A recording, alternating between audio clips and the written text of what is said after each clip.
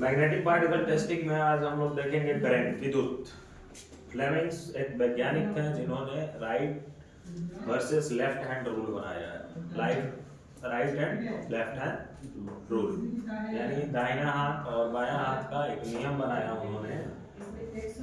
If we hold current carrying conductor in right और left hand, अगर कोई भी विद्युत का सुचालक वाला यंत्र आप राइट या लेफ्ट हैंड में कैरी करते हैं, उठाते हैं, तो the thumb will give the direction of current। Thumb जो है, अंगूठा जो है, वो किसका दिशा बताएगा? विद्युत का। And fingers give the direction of field, और विद्युत के क्षेत्र का दिशा आपका उंगली बताएगा। अगर ऐसे उठाए हैं तो समझिए करंट हमारा ऐसे जा रहा है, और विद्युत का जो क्षेत्र है नीचे की तरफ जा रहा है। ठीक है, विद्युत का क्षेत्र नीचे की तरफ जा रहा है। That's why, इसलिए current and field will be always at 90 degree phase. इसलिए जो हमारा करंट है, विद्युत है, और उसका क्षेत्र है, दोनों 90 डिग्री फेज में बना रहेगा। ये 90 डिग्री बन रहा है ना, ये हमेशा 90 डिग्री में बना रहेगा।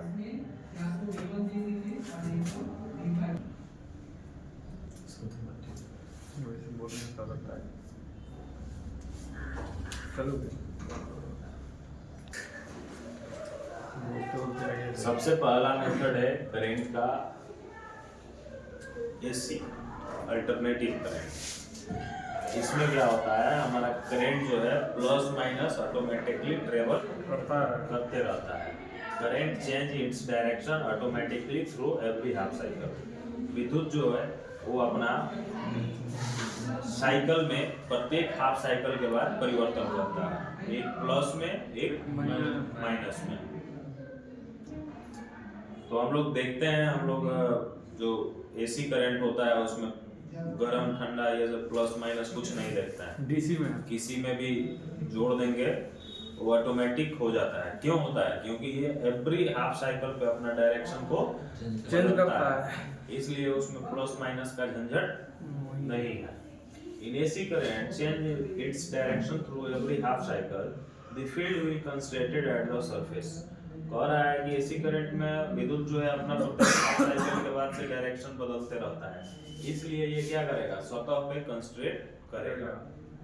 ठीक है, जाना, ऊपर आना, फिर नीचे जाना, यानी सतह पे कंसंट्रेट करेगा। So AC is sensitive to only surface discontinuity. इसलिए एसी मोड में जब भी एमपीटी करेंगे तो उससे हमको सिर्फ सरफेस का डिसकंटिन्यूटी पता चलेगा, सरफेस के अलावा दूसरा डिसकंटिन्यूटी पता नहीं चलेगा। डायरेक्ट करंट, इसमें क्या है, एक ही डायरेक्शन में हमारा यूनि डायरेक्शन में करंट फॉलो करता है, ओनली इन प्लस। ठीक है, current flows in one direction only, unidirection. एक दिशा में ही हमारा करंट फॉलो करता है, यूनि डायरेक्शन में। Since current flows in unidirection, the field will be concentrated at peak। एक ही दिशा में हमारा करंट फॉलो करेगा तो क्या करेगा? हमेशा पीक पे रहेगा। पीक मतलब समझ रहे हैं?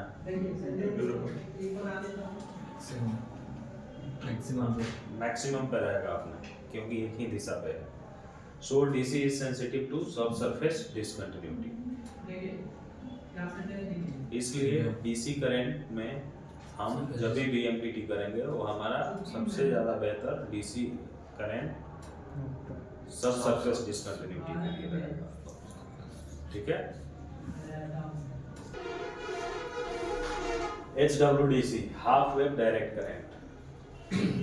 इसमें क्या होता है, current flow in unidirection, एक ही दिशा में करंट विद्युत फ्लो करता है, एक ही दिशा में जाता है, but through every alternate half cycle, alternate करके जाता है। पिक करेगा, फिर इंटरसेक्शन पे जाएगा, फिर पिक करेगा, फिर यानी प्लस में एक जाएगा, माइनस 0 रहेगा, अल्टरनेट हो जाएगा। ठीक है, इन HWDC since current is flowing in unidirection but through every alternate half cycle।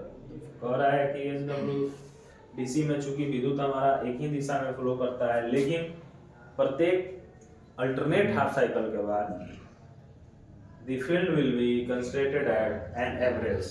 तो ये एवरेज में होगा, ना पिक पे होगा ना डाउन ना सरफेस पे होगा, एवरेज पे। एवरेज पे होगा। हाँ पिक होगा ना सर। ठीक है।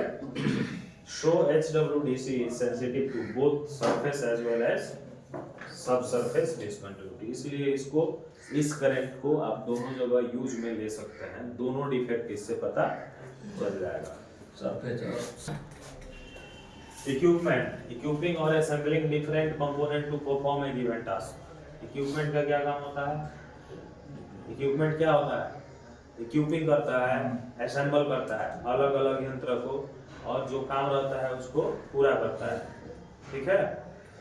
जैसे यूपी मशीन है, तो यूपी मशीन से सिर्फ तो काम नहीं होगा ना, केबल चाहिए, प्रोब चाहिए, कॉम्प्लेंट चाहिए, सप्लीमेंट बनाएगा। सारे कंपोनेंट पूरा रिक्वायरमेंट है उसका। सारे कंपोनेंट को जोड़ा जाएगा तब जाके वो काम होगा। Type of field, longitudinal axial magnetic field, और दूसरा है सर्कुलर मैग्नेटिक फील्ड।